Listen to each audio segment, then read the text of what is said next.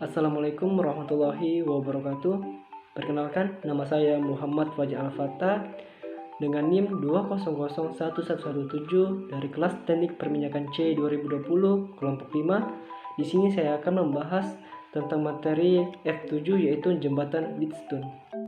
Baik, kita masuk abstrak, di mana pada praktikum kali ini kita akan bertujuan memahami prinsip kerja jembatan Wheatstone dengan menggunakan simulasi dan mencari nilai hambatan pengganti pada simulasi yang tidak diketahui besarannya dengan menggunakan prinsip jembatan Wheatstone.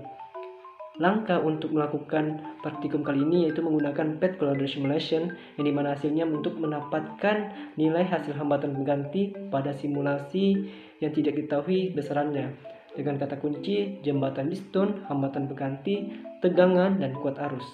Baik, kita masuk ke poin pertama yaitu pendahuluan. Yang pertama yaitu latar belakang, yang dimana jembatan Wheatstone merupakan suatu susunan rangkaian listrik untuk mengukur suatu tahanan yang tidak diketahui harganya atau besarannya. Kegunaan dari jembatan Wheatstone ini sendiri adalah untuk mengukur nilai suatu hambatan dengan cara arus yang mengalir pada galvanometer sama dengan 0. Dalam umumnya, jembatan Wheatstone dipergunakan untuk memperoleh ketelitian dalam melaksanakan pengukuran terhadap suatu tahanan yang nilainya relatif kecil, sekali umpamanya saja suatu kebocoran kabel tanah atau korsleting dan sebagainya. Yang kedua yaitu tujuan, yang dimana tujuannya ada 2 poin, yaitu pertama memahami prinsip jembatan Wheatstone dengan menggunakan simulasi, dan yang kedua yaitu mencari nilai hambatan pengganti pada simulasi yang tidak diketahui besarannya dengan menggunakan prinsip jembatan Wheatstone. Lalu kita masuk poin ketiga yaitu permasalahan, yang dimana permasalahan yang kedua juga yaitu bagaimana prinsip jembatan Wheatstone dengan menggunakan simulasi dan bagaimana cara mencari nilai hambatan pengganti pada simulasi yang tidak diketahui besarannya dengan menggunakan prinsip jembatan Wheatstone. Lanjut, kita masuk poin kedua yaitu dasar teori, yang dimana jembatan Wheatstone ini dipergunakan untuk memperoleh ketelitian dalam melaksanakan pengukuran terhadap suatu tahanan yang nilainya relatif kecil sekali, yang dimana umpamanya saja suatu kebocoran dari kabel tanah atau korsleting dan sebagainya. Dimana rangkaian ini juga dibentuk oleh 4 buah hambatan yang merupakan bentuknya seperti segi 4, yang dimana konsepnya ada A, B, C, D, dan hal yang mana rangkaian ini dihubungkan dengan sumber tegangan dan sebuah galvanometer 0. Jika tahanan itu diatur sedemikian rupa sehingga galvanometer itu tidak akan mengadakan suatu hubungan antara keempat tahanan tersebut. Jadi jembatan Wheatstone merupakan suatu susunan rangkaian listrik untuk mengukur suatu tahanan yang tidak diketahui harganya atau hambatannya. Maksudnya harganya atau besarannya. Yang dimana kegunaan dari jembatan Wheatstone ini sendiri untuk mengukur nilai suatu hambatan dengan cara arus yang mengalir pada galvanometer sama dengan 0, karena di setiap potensial ujung-ujungnya sama besar sehingga dapat dirumuskan dengan perkalian silang. Baik, kita masuk poin yang ketiga yaitu metode percobaan, yang dimana metode percobaan ini mempunyai 3 poin, yaitu yang pertama peralatan, yang kedua langkah-langkah, dan yang ketiga itu diagram alir atau flowchart. Kita masuk poin yang pertama yaitu peralatan.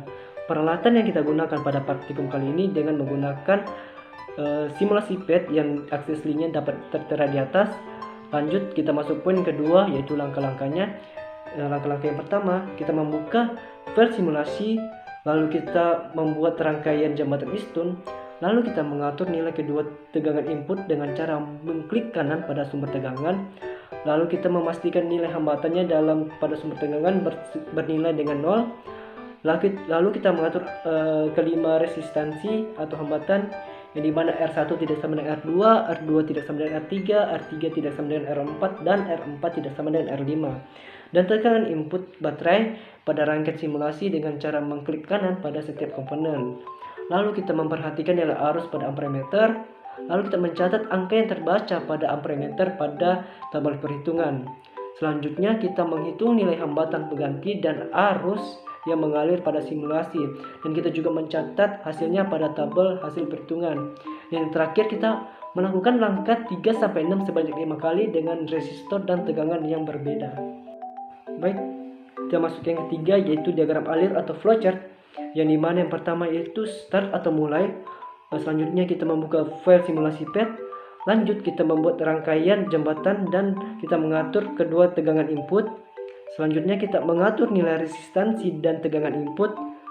Lalu kita menghitung dan nilai hambatan pengganti dan arus yang mengalir. Selanjutnya kita catat angka yang terbaca pada ampermeter, lalu N atau selesai. Baik, kita masuk ke simulasi PET-nya, yang dimana kita mengatur R1-nya sama dengan 20, R2-nya sama dengan 25 ohm, R3-nya sama dengan 38 ohm, R4-nya sama dengan 50 ohm, dan R5-nya sama dengan 60 ohm. Di sini kita memasukkan baterainya dulu. Lalu kita memasukkan ampere atau kuat arus listriknya. Baik, di sini kita mengatur nilai tegangan baterainya yaitu 50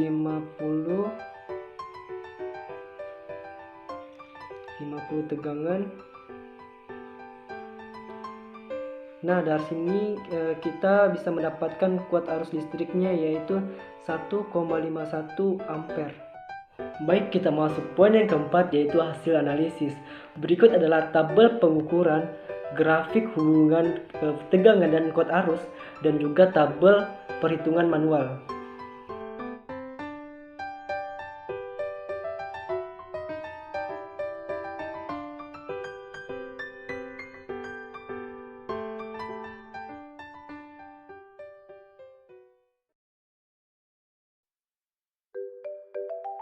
Baik, kita masuk pembahasannya, yang dimana pada pengukuran hasil analisis pada tabel untuk kita mencari nilai kuat arusnya pada PET, kita dapat melakukan dengan menggunakan cara dengan mengikuti poin langkah-langkah materi ketiga tadi, yaitu metode percobaan. Lalu pada grafik hubungan tegangan dan kuat arus dapat dilihat bahwa semakin besar tegangan maka semakin besar pula kuat arus.